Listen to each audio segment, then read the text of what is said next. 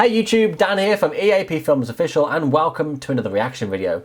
And if you're wondering why my face looks red, battered and a little bit emotional, it's because I've just come from reacting to the Jollibee commercials. So I'm heading straight into this one, which is the top 10 Philippines Traveller's Paradise. So let's take a look at this beautiful place. Now I'm about to let you in on a little secret here. The hidden gem of Southeast Asia is right here. The Philippines, my favorite of all countries that I've traveled to. It is some of the most beautiful landscapes and the most incredible people you will ever come across. I've not been, but I would agree with that based on your reactions to me. A bit of my background. My name is Christian LeBlanc. I love you guys. I spent the last 2 years traveling Southeast Asia, and with that, I've spent about 3 months of it in the Philippines. It's a country I plan to revisit very soon. Let's get started with the countdown. Number 10 is Boracay. Boracay is easily one of the most popular islands in all of the Philippines, and with that, it can get pretty busy sometimes. Now, that can be a good thing, that can be a bad thing. The great thing is, you can guarantee you can find some extremely beautiful hotels if that's in your budget. You can also find some relatively discount ones too, so budget shouldn't be too much of an issue here. The nightlife is pretty good, and the food selection is great. Boracay has everything from low-end hostels all the way up to extreme luxury hotels. It can be backpacked, but definitely expect to spend a bit more money here. The island of Boracay itself is extremely beautiful. Some of the bluest waters you'll see, and some of the finest white sand beaches. I would assume this is how it got so popular. The population of the island has outgrown the infrastructure at least 10 times over, and this can lead to a lot of congestion. But you're going to spend most of your time on the beach anyway, so what does that matter? Number 9. I won't be. If I travel places, I like to explore and go to different places. So this is a place where you can actually go and swim right next to these gentle beasts. Now there is a little bit of controversy that surrounds this because the whale sharks are fed, but I'll leave that up to your discretion. It's such a humbling experience swimming next to an animal that could literally grow as large as a small bus. In record, they grow up to 40 feet. I think it'd be worth doing at least once. You'll see one this large. Only 30 minutes away, there's a couple sets of waterfalls. Tumalog is the most impressive of the two. It's a massive drop-off that creates a beautiful mist. Now, if you're looking for more of an experience with the waterfalls, check out Aguinid Waterfalls, because you can actually scale up them, you can jump off of them. It's much more interactive. I've seen this somewhere. Than just looking at a waterfall like you do at Tumalog. It's because it's made of limestone, isn't it? You've got more grip on your feet or something. Malapascua. It's very unlikely that you've heard of this place before, but there's a great reason to go, and it's this one animal that lives below the sea. It's very unlikely you've ever heard of this place, but Malapascua is home to one of the most beautiful creatures I've ever seen, the thresher shark. If you're a scuba diver, this is a must. There is no fish more impressive than the thresher shark. It has a long tail just like a scythe.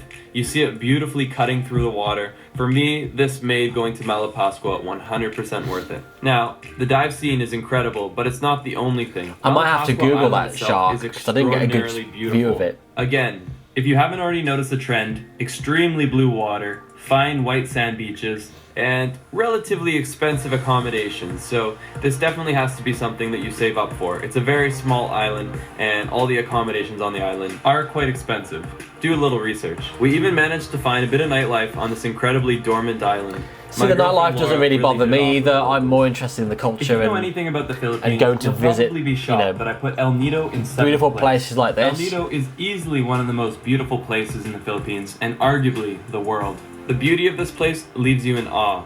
Now let's start with the great things about this place. Oh wow. The 4-island tour is incredible because it lets you see the cerulean blue waters, the jagged cliff sides. It's seriously earth porn. It's nothing like you've ever seen before. The days in El Nido are unforgettable because you'll spend your entire day hanging around these beautiful landscapes. But this is where the problems start. When night hits, it becomes a bit less enjoyable, I'd say. El Nido's electrical grid is archaic at best. When we backpacked, we spent at least half of our nights in darkness. And worse than the dark, we spent it without any fan or air conditioning. It gets extremely hot in the Philippines, and when the power goes out, I become a pretty unhappy camper. In addition to this, if you're planning to do anything like I do as a YouTuber, uploading is basically a no-go. The internet speeds are so slow, and it will drive you mad. Now there are some ways you can get around these inconveniences. If you spend a lot more money, you can actually stay at accommodations that will have backup generators, and this will at least help take care of the problem of your air conditioning going out, so you won't sweat to death at night. I want to end this on a positive note because despite all the inconveniences of El Nido, the beauty of this place makes it all worth it. So I was just about to say the beauty of it is amazing. Make sure you do the 4-island tour, and make sure you climb Tara Cliff if you're willing to risk your life. It's extremely jagged, but the view you get is unforgettable. The next on my list is Bohol. Bohol is a large and magical island. There's so many things to see and do here. It never hurts to go around with locals. That's how we find some of the cool hidden gems, like this little hole in the ground. Well, thanks to you guys. With Bohol being a big island, you can be my personal tour around the Philippines. Here. The most popular of the beaches is Alona Beach, and this is a place where you can stay at a 5-star hotel or at a guest house or hostel. The pricing is definitely on the expensive end, but nothing unreasonable. Also a must in Bohol is to rent a scooter. Some of the most incredible riding I've ever done has been done here on this island. You take the scooter, you drive up further north from Alona Beach, and you'll end up visiting these guys. These are tarsiers, animals only found in Bohol. They basically sit like this all day, but what more could you ask for? I mean, just look at him, he's chilling. Mondays, am I right? Also worth mentioning, I did go up further north to Anda Beach, and although I liked Anda, I didn't love it. I found it a bit of a dirty beach. For me, I would have preferred to have stayed in Alona Beach, rented a scooter, and used it to do day trips like seeing the tarsiers, the chocolate hills, etc. You'll also see a lot of European-inspired churches while exploring the Philippines. This one here was built by the Spanish, and it was actually shook up during an earthquake a few years ago. Just after visiting the tarsiers, you're gonna see the man-made forest. And true to its name, it's a forest that was actually hand-planted by men. It's a really awesome feeling because as you drive down this narrow road, you feel like you're going through a tree tunnel. It's great for Instagram goals, and it's definitely an awesome feeling as you're riding on your scooter. After the man-made forest, about another 35-40... Sorry, advert. And DVD take home one of the best films of the year. Gentlemen. Riding on your scooter. After the man-made forest, about another 45 minutes up north, you'll be going through what some people deem the main attraction of Bohol. These are the chocolate hills, and you'll notice they look extremely similar to a Hershey Kiss. I don't know if that's why they've been called that, but the name is definitely fitting. You can drive up to the top of one of the hills and actually get a pretty good vista of the entire mountain range. I definitely recommend it. Number 5 is a place that's on very few people's lists. Dumaguete is an incredible place, and there's a lot to see and do here. It's a place I spent almost 2 weeks scuba diving and exploring its beautiful nature. If you go to Dumaguete, check out Casaroro Falls. I know I'm probably butchering it, but I'll write it down below. Right across from Dumaguete is a short boat ride to Apo Island. Make sure you check out this place. Apo Island translates into English as Turtle Island, and it's well named because everywhere you go is serious dirt, bro. There's sea turtles everywhere, and these chillers are used to having people around, so they don't mind when you swim up next to them. Just make sure not to touch them. This is by no means in Dumaguete, but this is one of the must-do's of the Philippines. This here is Manjuyud Sandbar. I call this place the Maldives of the Philippines. It's about a 2 to 3 hour drive to get here from Dumaguete, but every single minute of the ride is worth it. Once you arrive at a little dock, you take a boat across about 45 minutes, and you arrive in paradise. If you have that extra time, or you want to take your Instagram to a whole nother level, you better check out Manjuyud. That does look like an amazing place to visit. Those are just a few of the things you can do in Dumaguete. There's some nightlife, there's great restaurants, and a whole lot of nice hotels and resorts. This is a place for... I like how shallow it is as well. It's Number 4, almost on the podium, but not basically quite. it's just a very large sandbank that hasn't quite Badian surfaced over the Canyoneering. water yet. Now, before I even get into this, if you're not too afraid of heights and you're not afraid to get wet, this is one of the coolest things that you can do in the Philippines. It's a full day trip where you're guided through these very narrow crevasses where the water flows down, creating these awesome little waterfalls. It's such a unique and amazing experience that you really can't find that many places in the world. I brought my expensive slow motion camera in a lousy waterproof housing. I risked it for you guys. You're welcome. Badian Canyoneering is a guided expedition, and you cannot do this alone. By law, you need to have a guide, and I highly recommend it anyways. You would not want to do this alone. It's not too expensive. From my memory, it's about $30 US. You get a guide, and he shows you That does look quite adventurous. That's something that I would like to do. and you even get a meal out of it. So yeah, this bit at the end of the canyon is the world. That's probably a bit too high for me. I don't like jumping from great height. I don't mind jumping off bits off stuff. The Gatorade factory. That's probably a bit too high for me. It looks like it should be bottled and sold to people at a very high price. The water is quite. Which is one of my main concerns when doing things like this, like the canyoning canyoning aspect of it and jumping off smaller ridges seem great. But if there's no other way out and you have to jump off a bigger cliff, in quite some time, I'd just get stuck there. I really would. The municipal government shut it down because they were worried about erosion. So do a little research. Hopefully it's reopened because it is one of the top things to do in the Philippines. Also, random insert, you'll see roosters everywhere in the Philippines. Cockfighting is basically a national sport. I named him Fred. The bronze medal goes to my favorite landscape in the entire world. This beach is seriously heaven, and I don't use that word lightly. It is my favorite. And I'm honestly blown away that to this day, Nakpan has not been developed as a resort town. This it looks quite basic, and the beach is landscape that I've ever seen. Long. Now, if you remember, we talked about El Nido quite being vacant, in actually. 7th or 6th place. Well, Nakpan is about a 45 Everyone loves a quiet ride beach, don't away they? from El Nido. So again, if you were on the edge of going to El Nido, consider this: you will get Nakpan and El Nido together because they're only a scooter ride away from each other. The problem with Nakpan is this: because it's such a beautifully untouched landscape, there's nothing on it. There's really only a couple guest houses with which they have no electricity after a certain hour. I think it's after 6 p.m. You have two options. You can either rough the heat and stay in a very basic guest house on one of the most beautiful beaches in the entire world, or you can just rent a scooter from El Nido and drive back to your hotel, resort, wherever you're staying in El Nido. But one of the most epic day trips you'll ever do. This island here is my silver medal. It's probably my favorite island in the entire world, and it's easily the best island in the Philippines. It is the definition of exploring, getting lost, and seeing things that few others have ever seen before.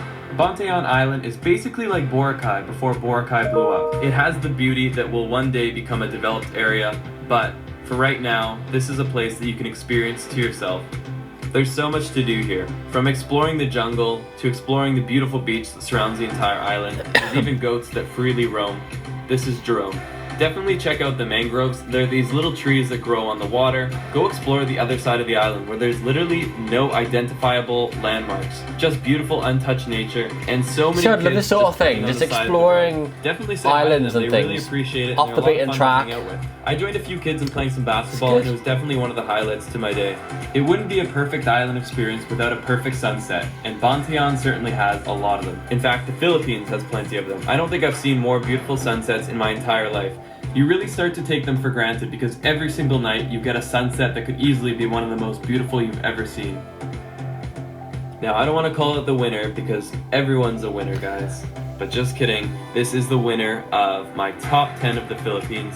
Coron. Coron is definitely not the easiest of places to get to. It's pretty far north. In fact, it's even farther north than El Nido. It's more inaccessible than El Nido, and it can definitely be a bit of an expensive place to visit because it's so inaccessible. You either take like a 5-hour ferry from El Nido, that looks incredible, guys. From Manila. Definitely expect to pay top dollar because the flights aren't cheap. This is not a cheap place to go. Now it's time to show you why you're willing to spend your money to come here and why you're willing to deal with the inconvenience of getting here. Coron is simply out of this world. I can't compare it to anything, to be honest. It's like New Zealand and Africa had a baby, and it was beautiful. As always, my favorite thing to do is rent a scooter. It's the first thing I do whenever I get to a new place. Get a scooter, go explore this island. You will be blown away. Now, I must say that the roads we took on our scooters were basically like off-roading. There was some very loose gravel, some huge rocks that we were driving over, but the feeling of exploring where few have explored before was so worth it. Similar to Bohol, they have mountains that look like the Hershey Kisses. They're not called the Chocolate Hills, but they're very similar looking. When we drove down this road, we probably didn't see tourists for the entire day. This might sound scary to some of you, but it's one of the most amazing things. The local I'll be quite happy with that. Are some of the friendliest and most off the beaten track, people. exploring, no tourists. Don't take that as a bad thing. It's an incredible feeling of truly getting lost in a place that you've never been before. Now, after exploring the rural side of Coron for the day, we went to the more touristy spots. There's these beautiful hot springs where people generally come for sunset. If you come here around 5 p.m., you can definitely definitely expect to see tons of other travelers. It's a really cool way to meet people. The next day, my girlfriend and I and a couple of friends rented kayaks, and we went and kayaked all the way across to a set of islands. Now, I don't know if I recommend the kayaking because it truly was a very difficult workout, but it's good to stay in shape while traveling, so maybe this is the best option for you. There's also I've done sea kayaking in Croatia, and it was a lot. El Nido, so maybe check that out if you don't. Weather-wise, it was a lot worse than that. Excruciating heat in a kayak. But when we made it to the other side, the work was so worth it. And that was really tough as well. Landscapes of El Nido, you have the some of our friends toppled over, which was quite funny. Water, and the feeling of being cut off from the rest of the world. It's extremely energizing to do that every now and then. These are among some of my favorite drone shots I've ever captured. Thank you, Korun. This is Laura looking graceful, but then she got bit by a fish. At the end of the day, we put up the white flag and we paid someone to tow our kayaks back behind their motorboat. It was the best decision we ever made. If you like this video and want to see more like this, check out the videos linked below. I have top 10 lists to Thailand. I have a how to travel the Philippines video that actually shows you the routes that you should take. I think I've seen that one, how to travel the Philippines. So make sure to hit the subscribe button, leave the video a thumbs up, and if you want to be among the first to know when my traveler's guide comes out, make sure to sign up on my mailing list at lostleblanc.com. I'll be soon releasing a guide that has everything you need to know, from how to save money while traveling to how to make the most of the places that you visit. Thanks for watching, guys, and let's get lost in the next one. Well, they've done it again, haven't they? They've made the Philippines look so attractive to me that it's so hard not to say, let's just book it now. It looks great. I'd honestly, some of those places looked absolutely incredible. I mean, look at these thumbnails now. Christ. It looks like such a gorgeous place to go. And I think these sort of videos really help people like me where, you know, the Philippines or Thailand or just anywhere really that has a lot of islands. You know, where do you go? What do you want to see? Because there's so many attractions at each place. It's so difficult to just pinpoint one. And these sort of videos really help with that decision, in that it shows you what's where, so then you can properly plan your trip. But one day, guys, I will make the trip. It's going to happen. I don't know when, but it's going to happen. I'm kind of hoping it's going to be next year. Maybe this year, with Regine's 30th concert coming up. Maybe a possibility, depending on the outcome of my investigation. Next year, if Wish want me to help host the Reactors' Choice Award, I would gladly do that. Just lots of ifs and buts at the moment. It's just, it will all depend on circumstance, but before my life is through, I will make the trip to the Philippines, and I promise you, I will let you guys know when I do. So thanks for watching, hope you enjoyed my reaction. Don't forget to like, share and subscribe, and we'll see you next time.